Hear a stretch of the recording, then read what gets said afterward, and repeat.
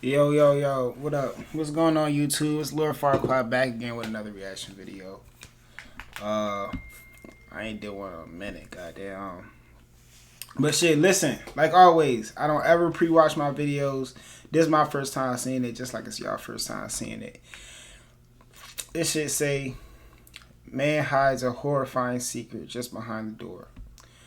Let's see what the secret is, bro. We're gonna get straight into it. We want to know, maybe. Someone taped that on there, right? Yeah. When I pulled that back, I was like, wow. What is that? Oh my god. Don't think we want to know, maybe. Someone taped that on there, right? Yeah. When I pulled that back, I was like, wow.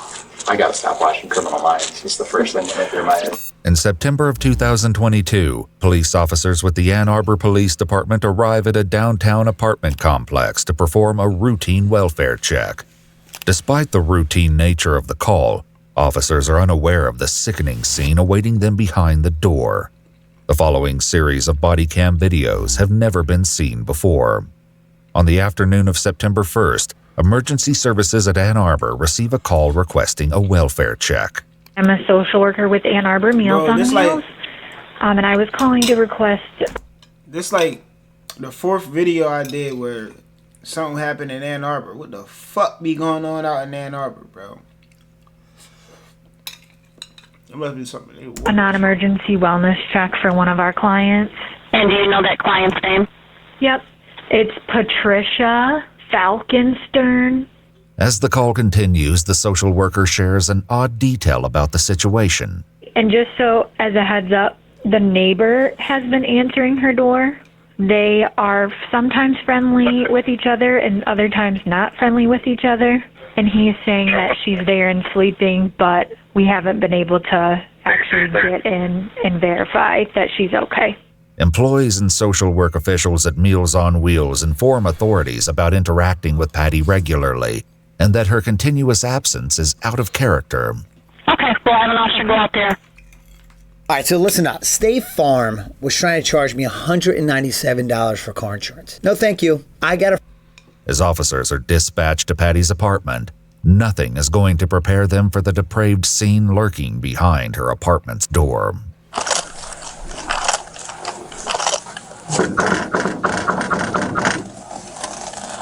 Hey, Patty, you in there?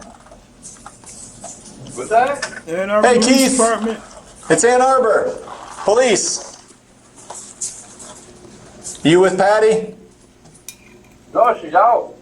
Oh, you mind opening up? What's the problem? Oh, Meals at... You okay? Yeah. Okay. Meals on... I didn't have my walker. Oh, okay. Meals on Wheels has been calling because I guess she hasn't been answering the door. They were worried about her. No, I answered. No, I live next door. I answered the door. For Meals on Wheels? Yeah. Okay. But is Patty here? No, Oh, where's she at? I don't know. You got her phone number? We can call her? We got to make sure she's okay. I don't know her number. It's a 616 number. Okay. You mind if we take a look in there and make sure she's all right? What's the 616 not area here. code? Okay, where'd she go? I don't know. Well, you told me she went to the store earlier. Now you're telling me you don't know. You're not in any trouble. Nobody's in any trouble. We just got to make sure she's okay. I'm sure she's okay. Okay. How long She went to the co-op. How long she been gone? I haven't a clue. I don't know. Keith, you're not giving me the warm and fuzzies, man. I just need to make sure Patty's okay. She's not here. Just as the social worker mentioned on the emergency call, Patty's friend and neighbor Keith Kwasinski has answered her door and strangely is now resisting letting the officers inside. Okay. I just want to check and make sure, because if I don't check and somebody's going to call and say I didn't do my job right, and I don't want to get in trouble for that. Oh, It'll take us 5 seconds to take a couple steps. Keith, what you did to that old ass lady, bro? Keith, what did you do to that old ass lady? There's nothing she could have did. I hope he ain't killed this woman, bro. Look around, make sure she's not here, and then we'll go check the co-op for her. But I just want to make sure she's not in here. no, she's not in. Okay, then give me 10 seconds to check and I'll be on my way.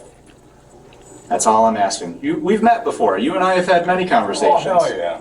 Keith and Patty are no strangers to Officer Favor, who has run welfare checks on both of them on multiple occasions in the past. something that he will be sure to inform his team of shortly.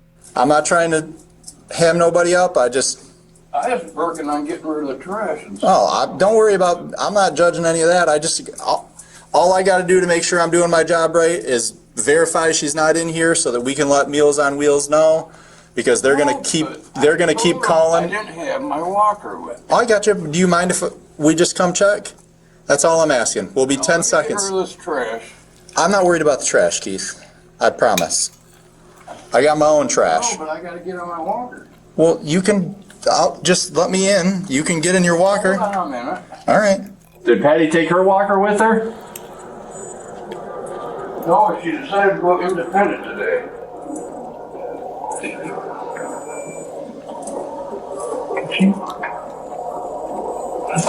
Yeah, that's fine. So much the action was so intoxicated. It's usually when we come up and start. Yeah. After several tense minutes of negotiation, officers finally enter the apartment, but nothing can prepare them for the horror that awaits them inside. That's not your walker, is it? That's a weird walker. No, my walker's right there. Oh, I thought you were going for your walker.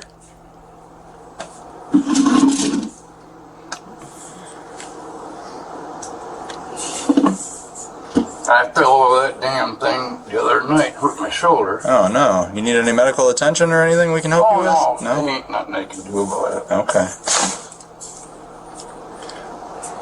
I'm gonna drag that out in the hallway and fold it up and get rid of it. Okay. Do you mind if we just look What did through he real do to quick this and then we'll woman? be out of here? Yeah, sure. Okay. I appreciate it. I'm just going to try and not get too much in your way. Don't hurt, no. Well, that would make me 5. I don't know if I want to be 5 again.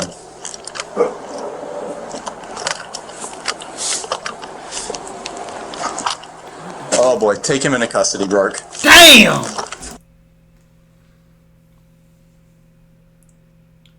Damn, he done murked that old lady.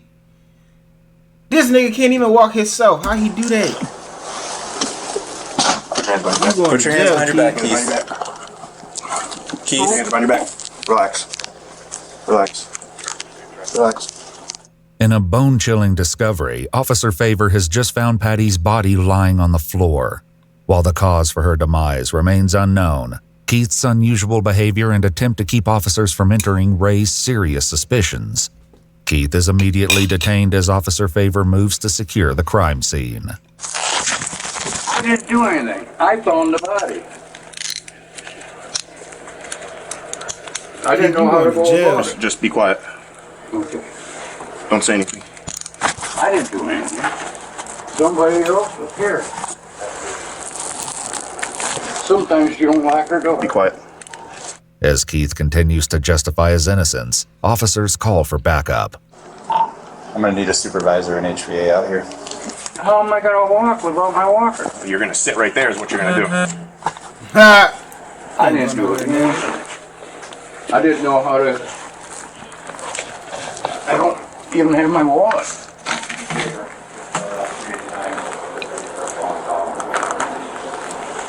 I didn't do anything.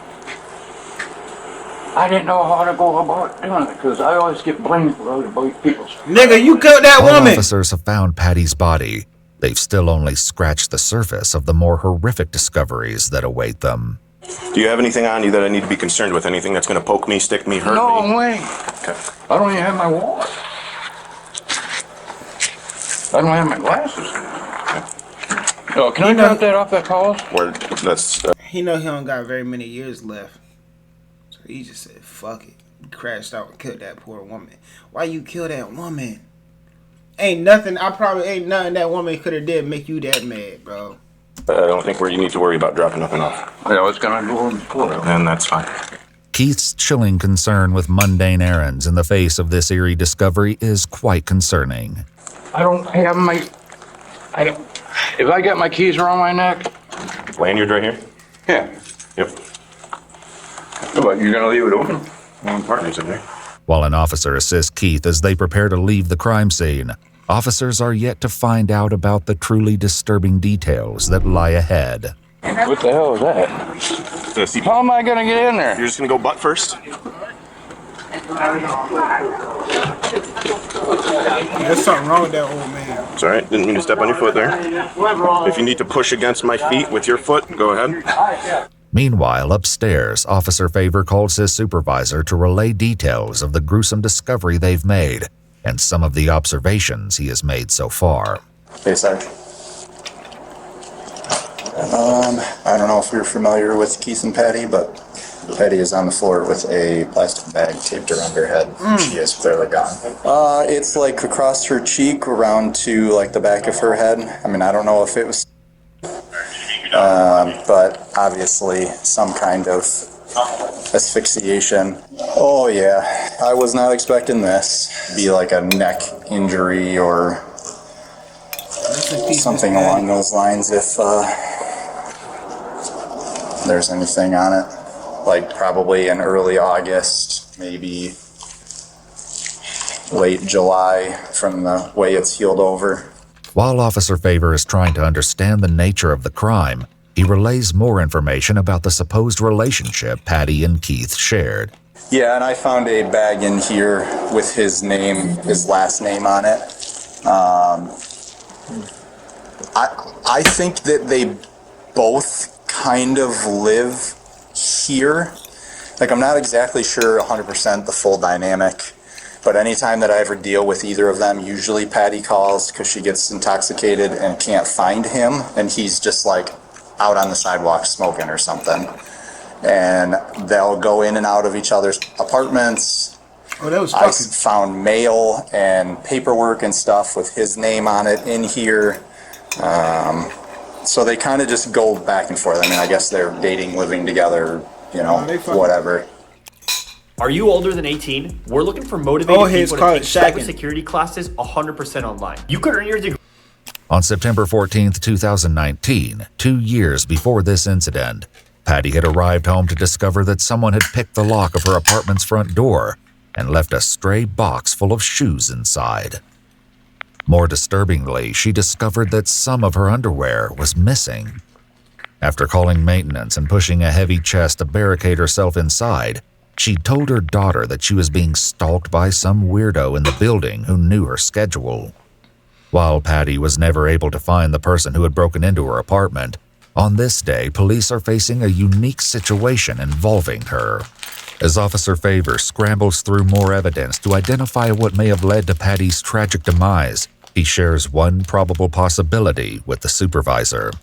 I think, so I called dispatch because the injury to her neck is, I mean, it's healed over. If it was an attempt a while back, I was just going to see if they could pull any CAD notes. But there's like, they search Clemmis and there's a assault DV with them from last year, so, and all his stuff should be pretty prominent in there. But, assault DV, what's that? But yeah, I mean, I wasn't surprised to see him answer the door. I was a little surprised to see her in the state that she's in, but him being here, that didn't surprise me at all. While Officer Favor reports that he cannot confirm if Patty took her own life, he begins to search the house as he fishes for any evidence that can help them crack the case. His search is soon brought to a halt when an HVA examiner arrives, and more details of Patty and Keith's relationship become clear. Patty is in the living room. Appears that she has a plastic bag taped to her head. I don't know if this was... That HVA dude, he probably seen dozens of bodies in his life. That's a crazy occupation to have. Yeah, I see some like leggage here. It's hard to say, yeah. I didn't like in a lot of domestic stuff. I think like they both get drunk and just they'll want each other to leave their apartment, and they get into what I guess you could call a pushing match. But like I said, most of the times neither of them can walk on their own, so it's not like they get too intense. As more officers arrive on the scene and catalog the grim details, Officer Favor shares some notes with Officer Rourke. How long does it look like these I mean, I think at least a day or two. But it kind of looks like it's healed over. Like it's not scabbed up, but it's not an open sore. Well, I think it's pretty safe to say that there's some level of homicide in here, so I'm not going in any further than I need to. Yeah, well, I guess good thing I decided to ride today, huh? So, yeah. First, I thought you were kidding. No. Well, trust me, when I pulled that back, I was like, I gotta stop watching Criminal Minds. Just the first thing that went through my head. It's funny because we've had a lot of interactions with people just walking up to our cars, like, anything going on? The only troublemaker if you brought it, something like that. Oh, looks like you caught me. Hello. So it's been that every interaction, and then we're sitting there, and he goes, take him into custody. And I was like, oh, take him into custody. All right. As officers continue their banter, Keith is brought to the police station for questioning. Closure, Sergeant Betterly. Do you understand why you're here right now? I don't really understand. I didn't do anything. Well, we got to talk to you about everything going on at your friend's apartment there. Right. So that's why you're here. You're just here so we can talk to you about all that stuff that's going on, all right? How is your health overall? My health is shot. I've got arthritis, COPD. I've had numerous breaks in my bones. I've had a concussion. Can you blow deep into the straw, please? Blow, blow, blow, blow, blow, blow, blow. Poor kid. You can stop. Thank you. Damn. After getting his medical history and running several other checks, officers place him in a holding cell to be questioned later. The harrowing truths that would surface during the interrogation would rattle the entire investigating team. Back at the crime scene, detectives Jamil and McDonough arrive at Patty's apartment and get filled in on the events that led to this shocking discovery. This was like this, though, when you guys came in? Yep, I did step on it before I knew that there was a body with a plastic bag wrapped around its face. Just as the detectives are discussing details with Officer Favor, Detective Jamil makes a stomach-churning discovery that speaks to the deplorable living conditions in the apartment. He's everywhere on the floor. I feel like that's normal for her, though. He's on the floor. Yeah, so I think those are baby wipes and an adult diaper. Okay, well, I'm not standing at that right now. We'll just make it. Is that feces or is that blood? That looks like feces from here. Okay. We're waiting for Sean. Both of those would be normal for in here. What the feces and blood on the floor have to do with Patty's death will become a poignant point in the case later. Meanwhile, Detective Jamil makes another curious observation that eliminates one of Officer Favor's theories. And that's someone taped that on there, right? Yeah. Yeah. So how could she do it? So he did say to Rourke, after I told Rourke to take him into custody, I came back around here, we put him in handcuffs, and he said that he just found the body. He didn't do anything. He didn't know what to do. And then he made a comment about how she has hit him in the past. We didn't question him. Nothing. The ligature and strange markings around Patty's neck the HVA examiner brought up earlier will soon add another twist as to the possible cause of death.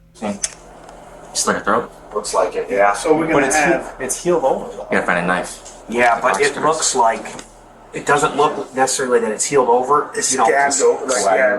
Started and didn't dig in. Yeah, so it's just like fatty tissue, kind of? Because it's hard to tell. Looks very strange. After finding no evidence of the presence of anyone else except for Keith in Patty's apartment, detectives turn Patty's body over to the medical examiner. As Keith is brought in for interrogation, even these seasoned detectives are not prepared for the deviant details he's about to reveal. Patty or Patricia Falkenstern, who is she to you? She's just a neighbor. Just a neighbor? People would say that she's my girlfriend because a lot of times we go out together. But she's not my girlfriend. We don't have or nothing. She don't want and I can't have. Let me show you why I stopped paying for all my other sample libraries. This is Arcade by Output. This thing has sound. A neighbor of Keith's and Patty's would later inform the police that Keith often told people that Patty was his girlfriend. However, Patty always denied such a claim. What were you doing in Patty's apartment today? I went over this morning. Okay. The security left at 1. My phone was dead. I should have told Meals and Wheels about it when she was there, but I guess I got scared. My thing is, Meals on Wheels called multiple times, asked him where Patty was. If he ain't kill her and he ain't know what to do, why he ain't tell Mills on Wheels, bro? He was hiding it he was hiding it before. Goddamn, he talked to the police. He was hiding this before he talked to the police, bro. He killed that woman. I'm trying to tell you. I hadn't seen her since Saturday. That's when we get Meals on Wheels 3 times a week. And then we got into an argument about the sausage. I didn't throw it out and I didn't eat it. While Keith claims to have discovered the body on Tuesday at 2 a.m, officers had only entered the apartment on Thursday afternoon, 2 days later. Right, so when you went in there, what happened? I freaked out. Why did you freak out? No, she laying in the middle of the floor. Where was she laying when you went in there? In the middle of the living room. I covered her up with the blanket that she ate. She had a bunch of sores on her, and holes and a bunch of dots on her. Never saw anything like that before in my life. As hard as Keith tries, the detectives are not sold on his story. You were found at the scene with Patty. Yes. With a bag around her head. That's what puzzles me right there. Well, it puzzles us, too. No, then they used my materials. What do you mean they used your materials? My tape. What do you mean your tape? My blue masking tape. To do what? To wrap the damn bag around her. They used my materials. Lock his ass up. So what's peculiar to me is you go into a room. Did you know she was dead at that time? No. I knew something was wrong. With a bag over her head. Mm-hmm. And how did that bag get over her head? Well, I don't know that. I didn't do it. But at no time you called the police to say, there's a dead body in here. My phone has 04. Having heard enough of Keith's excuses, Detective McDonough cuts straight to the chase. Keith, it's your tape on her. It's your DNA on there. It's your DNA that's going to be on the bag. I didn't wrap her up. Keith, you came into the apartment. You've already told us that you covered her body up. Yeah. You got in an argument with her. No, I didn't. And it led to you strangling her. No. That's what happened. Keith. We got into a little squabble on Saturday about the meat. Keith's offhand comment about the meat will become more important than anyone realizes. Over 3 hours later, Keith's stubborn facade finally cracks under the force of interrogation. During the argument, it became physical. Explain that part to me. I don't know. The vacuum was there. Did you pick up the vacuum cord at some point and wrap it around her neck? Yeah, I guess. Yes, you guess, or yes, you did? Apparently I did. I know you're using a walker, but if you stood up, could you show me how you put the cord around her neck? I just wrapped it on. The autopsy report will confirm that Patty had horizontal ligature marks around her neck, indicating homicide. So she never fought back? No. Never resisted? So what happened after you strangled her and she was dead? You killed her. Nigga waited this long in his life to catch a body. Then he caught an old woman body. And then what happened? I might have had a snack and I went to bed. At what point did you cover her head with the bag? I don't know. Okay. Why did you cover her head with the bag? Guess I didn't want to see her. So she'd been dead since Tuesday morning, late morning then? Correct. Rock Keith ass up. That shit, it don't Keith matter. confesses to spending 2 days alone with Patty's body inside her apartment and even admits to sleeping over on Wednesday night. It is what he does during these days that sends a chill down the detective's spine. I don't know why I pulled her pants or whatever down. But you're admitting you pulled her pants down? Yes. I don't know why, because I couldn't do anything anyway. Did you try? No. Did you use your fingers? Yeah. You did? To her or probably both. The autopsy report will That also nigga's confirm that sick. Patty had abrasions to those areas, indicating trauma. While searching Patty's apartment, authorities found more evidence alluding to these shocking implications. Yeah, I don't know what that is either. This is a yo. Put your grandma and your mom, goddamn. Don't put them in a nursing home or take care of them yourself. This is wicked, bro. Cause there's nothing that poor lady could do to defend herself. Hey, look, y'all better be nice to y'all kids. Y'all better be nice to y'all kids. I'm not. Cause y'all gonna need somewhere to live when y'all get older. The coloring towards the end there. We'll let Michelle figure that out. What is that? Don't think you want to know, maybe. Oh my god. We here. That's not. Yeah, we don't know what that is yet. We're gonna let you guys figure that one out. Yeah. Back in the interrogation room, detectives bring up this disturbing object they'd found in Patty's apartment. There was a bottle in the apartment with a long cylindrical. Oh, that was going to be my swan or a goose. Yes, but it appeared to have possible fecal matter and or blood on it. Not in your apartment, in her apartment. Yeah, but she's the one that pooped on the floor. Okay. After you killed her, she pooped on the floor? No, Prior before. to? Did you penetrate her body with fingers or other foreign objects? I think I did. The demented nature of Keith's crime is apparent, but the answer to what set off this disgusting series of deplorable decisions is even more disturbing. Know why I did it. Okay. You never know who a monster, bro. I'm not a violent person. So she didn't say anything to, like, you were standing up. Earlier in the day she did. What'd she say? And I ate her meat or threw it out, and I didn't do either. I don't know what she did with it. Outrageously, Keith claims that he killed and violated Patty because of an argument stemming from sausages from Meals on Wheels. On February 1st, 2024, he pleaded no contest to murder in the second degree. They could get this nigga 3 years in jail and that'd be life for him. And disinterment and mutilation of a dead body.